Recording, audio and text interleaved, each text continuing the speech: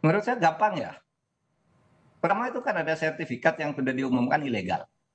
Nah, sertifikat yang ilegal itu kan dikeluarkan oleh siapa, tanggal berapa, pejabatnya siapa. Itu aja panggil dulu. Kenapa kamu mengeluarkan ini? Atas suruhan atasan, atau atas kolusi bawahan, atau dia ikut kolusi. Nanti akan ketahuan kok itu. Karena ada dokumen-dokumen pendukung ketika sebuah sertifikat dibatalkan. Apalagi ini yang dibatalkan ratusan. Itu kan gampang sih. Lalu kemudian pelaku pemagaran, ya betul Pak Trenggono ya sulit ngambil tindakan. Nah kalau gitu serahkan aja ke penyidik Polri. Karena kan di KKP itu ada penyidik PNS, lalu ada juga di dalam hukum tuh penyidik Polri, kejaksaan gitu. Serahkan ke situ, itu ada pelanggaran, tolong siapa yang pemagaran itu yang lakukan pemagaran itu kan ada orangnya yang ngaku bahwa ini sudah masyarakat, dia sudah menemui nelayan, panggil dia, wajib dia hadir, dipanggil oleh hukum. Kamu masyarakat siapa yang kamu temui bahwa itu swadaya, lalu diusut dari situ. Menurut saya sih tidak sulit sih gitu. Tapi ini selama ini kok saling lempar badan ya. Saya selalu mengatakan gini, menteri itu apakah itu Pak Hadi Cahyanto, apakah AHY atau Sofyan Jalil, tidak usah takut kalau dia tidak sengaja melakukan pelanggaran itu. Itu kan ada delegasi kewenangan di dalam hukum tata negara itu.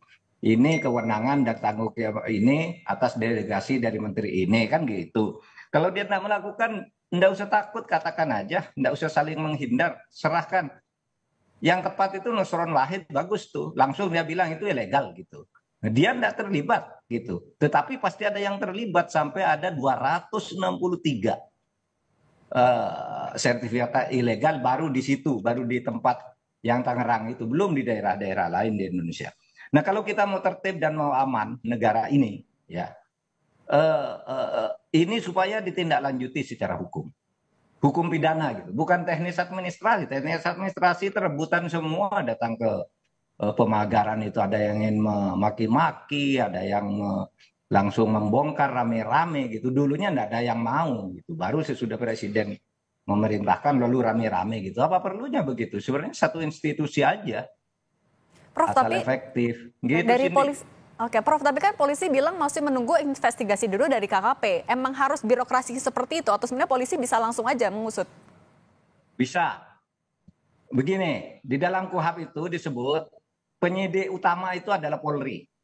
Lalu PPNS itu adalah penyidik pembantu. Oleh sebab itu ada kewajiban koordinasi. Nah kalau ini KKP-nya tidak segera memberitahu, Polri dong turun karena penyidik utama.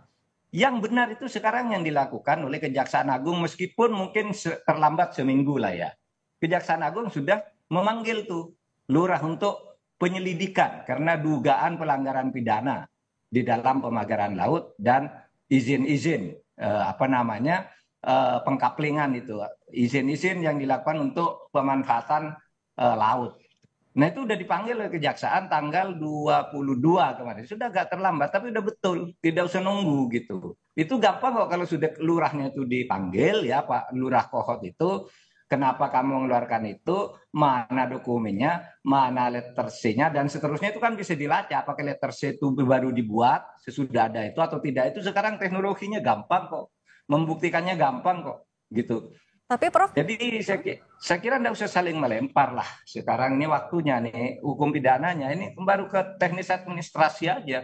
Administrasi pun belum selesai, belum tuntas. Baru berapa katanya baru 50 yang dicabut Prof, atau kalau yang misalnya dibatalkan. sebenarnya untuk mengusut pidananya tinggal men-tracing siapa saja yang terlibat dalam penerbitan sertifikat. Tapi kenapa menurut Anda alot sekali untuk mengungkap dalangnya? Nah, mungkin itu karena tracing itu mungkin akan menyangkut dirinya bisa saja atau keluarganya. Kan banyak ya pejabat-pejabat itu yang kadangkala dirinya tidak tahu, keluarganya dapat.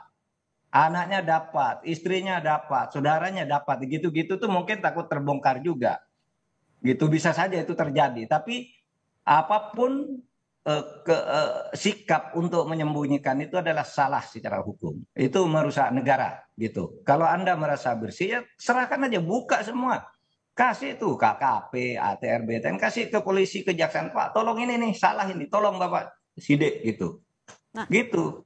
Penyidik kami mungkin tidak mampu karena ada orang dalam juga yang terlibat. Kan bisa begitu. Hukum membuka itu dan membunyikan itu.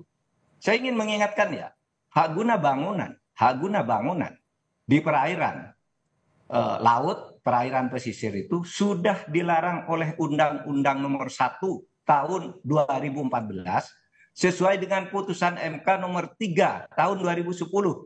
Dilarang pemberian hak bangunan, hak usaha dan sebagainya kepada perorangan dan korporasi di perairan pesisir. Itu jelas bunyinya.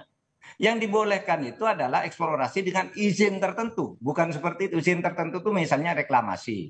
Eksplorasi apa? Eksplorasi terhadap tambang-tambang di bawah laut gitu. Itu boleh dengan izin tertentu. Kalau borongan kayak gitu belum tahu apa yang akan dikerjakan, tiba-tiba keluar sertifikat, kan tidak boleh. Menurut undang-undang maupun menurut putusan MK. Prof. Mahfud, tapi kalau selama Anda masih menjabat sebagai Menko Polhukam saat itu, pernah ada laporan atau isu terkait pagar laut yang mencuat juga kah? Tidak ada, tidak pernah ada. Makanya ini mengagetkan dan semuanya saling lempar badan. Seumpama pun saya itu ya tidak tahu, tapi begitu tahu pasti ditindak dong. Pasti didatangi lalu ditindak secara hukum.